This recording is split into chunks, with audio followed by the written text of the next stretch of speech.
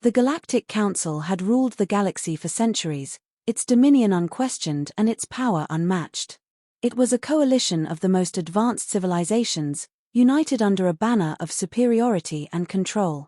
The Council's authority extended to every corner of known space, where lesser species either submitted willingly or were crushed under the weight of their military might.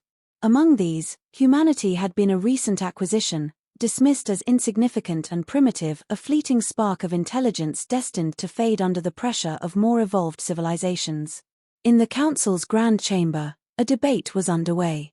Reports from the outer territories indicated unrest, a string of uprisings led by humans refusing to pay tribute or surrender Earth's autonomy. The Council's leaders viewed the resistance with disdain. Their glowing forms, seated in a semicircle of opulence, exuded confidence born from countless victories.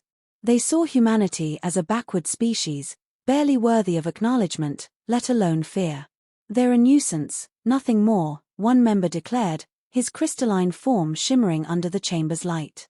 "Their technology is laughable, their civilization fractured. Crush them quickly, and move on." The others murmured in agreement, their collective arrogance leaving no room for doubt.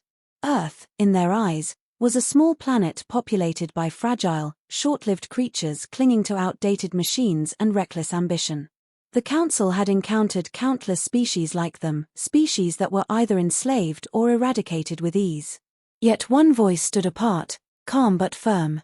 A seasoned strategist from a warlike species leaned forward, his scarred visage betraying years of hard-fought battles. "Underestimation is dangerous," he warned.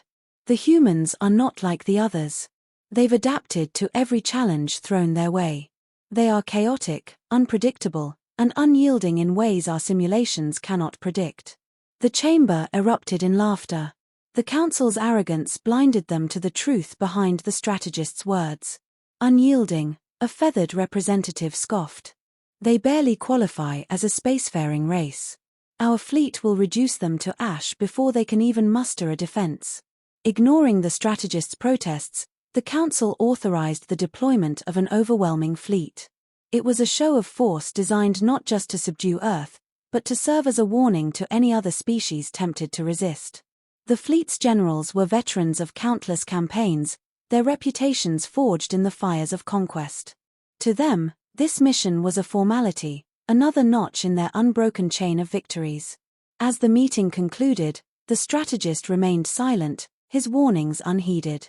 He knew what the others did not: humanity's resilience came not from advanced technology or sheer numbers, but from something far more dangerous: an unrelenting determination to survive, no matter the odds. The Council's decision was final, their confidence unshaken. But as their fleet departed for Earth, they had already made their first and greatest mistake. They believed they were preparing to face prey. In truth, they were marching toward their own reckoning. The Galactic Council's fleet arrived at Earth's orbit with unmatched precision and overwhelming force. Massive warships bristling with advanced weaponry formed an impenetrable blockade, their metallic hulls gleaming ominously against the backdrop of space. From orbit, the planet appeared serene, its blue oceans and green landscapes giving no hint of the defiance simmering below. The fleet's commanders, seated within their towering flagships, issued orders with clinical detachment. They anticipated a swift victory, a mere formality in the face of their technological superiority. Their first move was to deliver an ultimatum. A broadcast was sent planet-wide, demanding immediate surrender. The terms were clear: humanity would relinquish all sovereignty, its resources would be harvested for the benefit of the Council, and its people would be integrated into the Galactic Order as a subordinate race. Failure to comply would result in total annihilation. The message, laced with cold arrogance, was intended to inspire fear and submission. But humanity's response was neither fear nor submission. A single transmission was sent back, brief and resolute: "Earth does not bow. If you come, we will fight." The fleet's commanders were unimpressed. To them, humanity's defiance was little more than bravado, the desperate resistance of a doomed species clinging to false hope. Yet, as they prepared to launch their assault, they noticed something peculiar. Earth's orbital satellites began to move, shifting from their passive orbits into coordinated formations. It was a primitive maneuver compared to Council technology, but the precision was unnerving. The satellites formed a defensive grid, their purpose unclear but undeniably intentional. Then came the first strike. Humanity's ground-based missile systems, considered obsolete by galactic standards, unleashed a volley toward the fleet. The missiles lacked the speed and sophistication of the Council's weaponry, but their sheer volume caught the commanders off guard. Automated defense systems sprang to life, intercepting most of the projectiles, but a handful found their marks. Explosions rippled across the shields of several smaller ships, forcing the fleet to reposition. The commanders dismissed the attack as insignificant, attributing the damage to the humans' desperation. They prepared to counter, confident in their ability to crush the resistance with ease. But before they could launch their offensive, a new threat emerged. Earth's atmosphere erupted with activity as stealth fighters and bombers, previously concealed, launched into action. Human pilots, utilizing advanced camouflage and jamming technologies, targeted the fleet's weakest points with surgical precision. Their tactics were unconventional, their movements erratic and unpredictable. For the first time, the fleet's commanders experienced something unfamiliar: hesitation. On the ground, humanity's forces were equally relentless. Coordinated strikes targeted the fleet's supply lines and communication relays, disrupting their carefully orchestrated operations. Cybersecurity experts hacked into alien systems, planting false data and rerouting communications to sow confusion. The Council's forces, accustomed to overwhelming their enemies with superior firepower, found themselves outmaneuvered by an enemy they had underestimated. Despite their setbacks, the fleet pushed forward, unleashing devastating bombardments on key locations.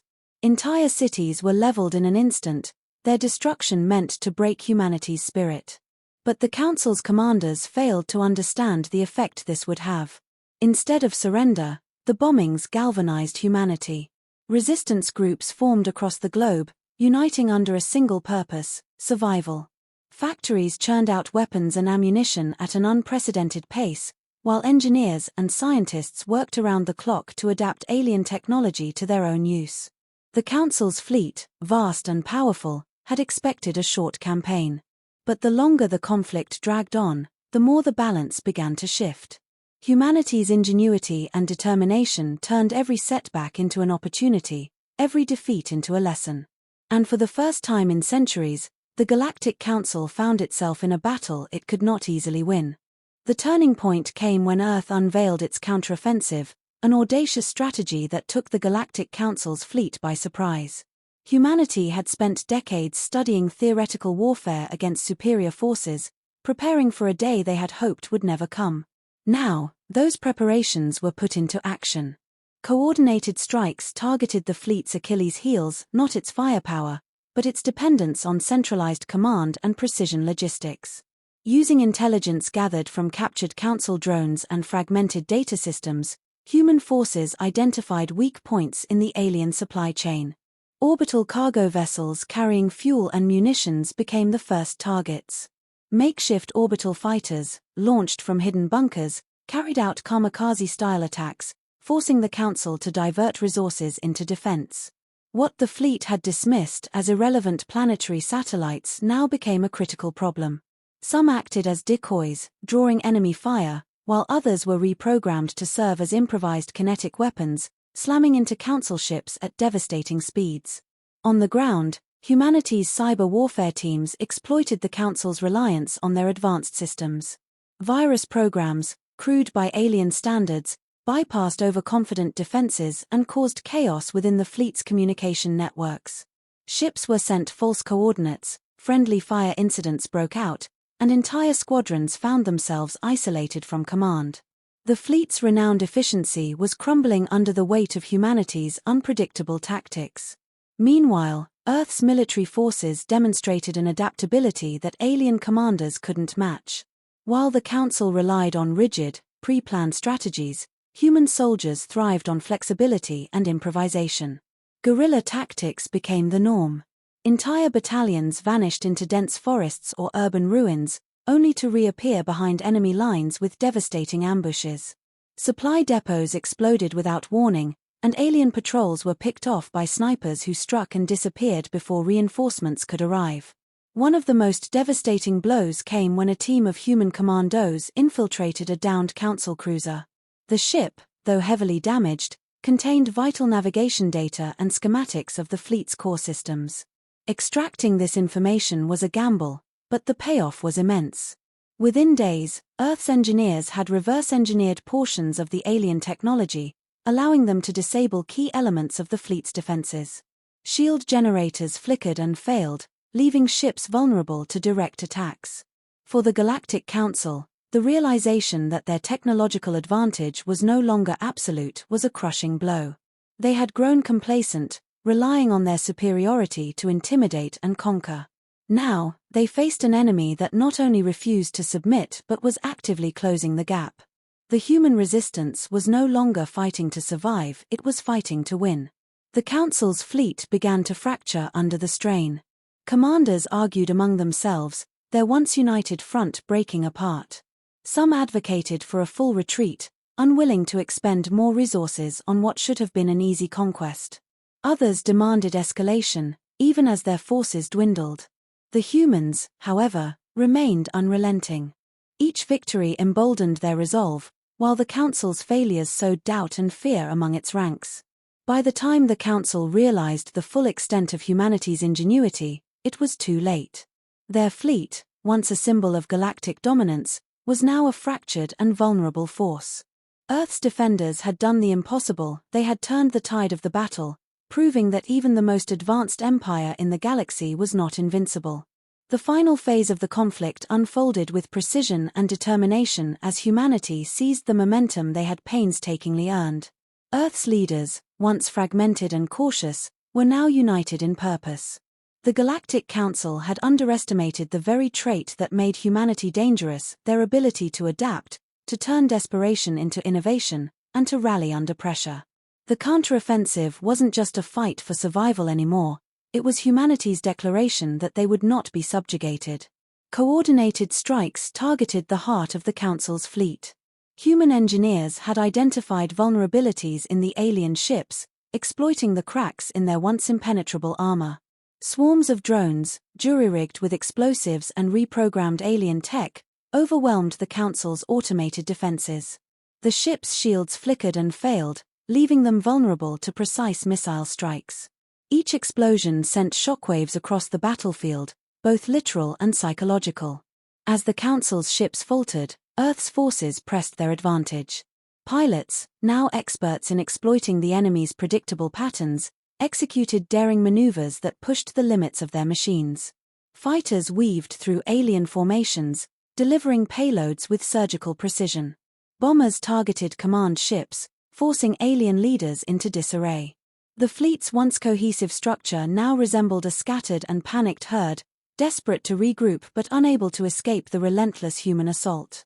On the ground, human forces had completely disrupted the Council's remaining strongholds. Small, elite units carried out high-risk raids to capture key alien leaders and intelligence.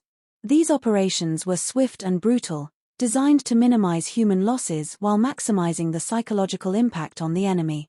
Every captured alien commander was another step toward dismantling the Council's war machine. Perhaps the most pivotal moment came when humanity launched an operation to disable the fleet's central command vessel, a colossal dreadnought that served as the nerve center for the invasion. Using data retrieved from prior skirmishes, a combined team of special forces and cyber warfare experts executed a high-stakes infiltration. While human ships engaged the dreadnought's escorts in a diversionary assault, the infiltration team slipped aboard through a compromised maintenance port. What followed was a battle fought not just with weapons but with ingenuity. The team navigated the labyrinthine halls of the ship, planting charges at critical points while hacking into its systems to disrupt internal communications and defenses. The culmination of the operation was a coordinated strike on the dreadnought's power core. The explosion tore through the vessel, sending it crashing into Earth's atmosphere in a blaze of fire and debris. Its destruction marked the symbolic end of the Council's dominance. Alien forces, now leaderless and demoralized, began a hasty retreat. In the aftermath, humanity stood battered but unbroken. The skies cleared of alien ships, and the survivors emerged from the rubble with a newfound sense of unity and purpose. Messages of defiance and triumph were broadcast across the galaxy, a warning to any who might consider Earth an easy target. The Galactic Council, humbled and in disarray, withdrew its forces, leaving behind the wreckage of their defeat. They had come to conquer but instead learned a lesson they would never forget: humanity was not prey. They were something far more dangerous, a species that thrived under pressure, that turned adversity into strength, and that refused to bow to any force, no matter how powerful.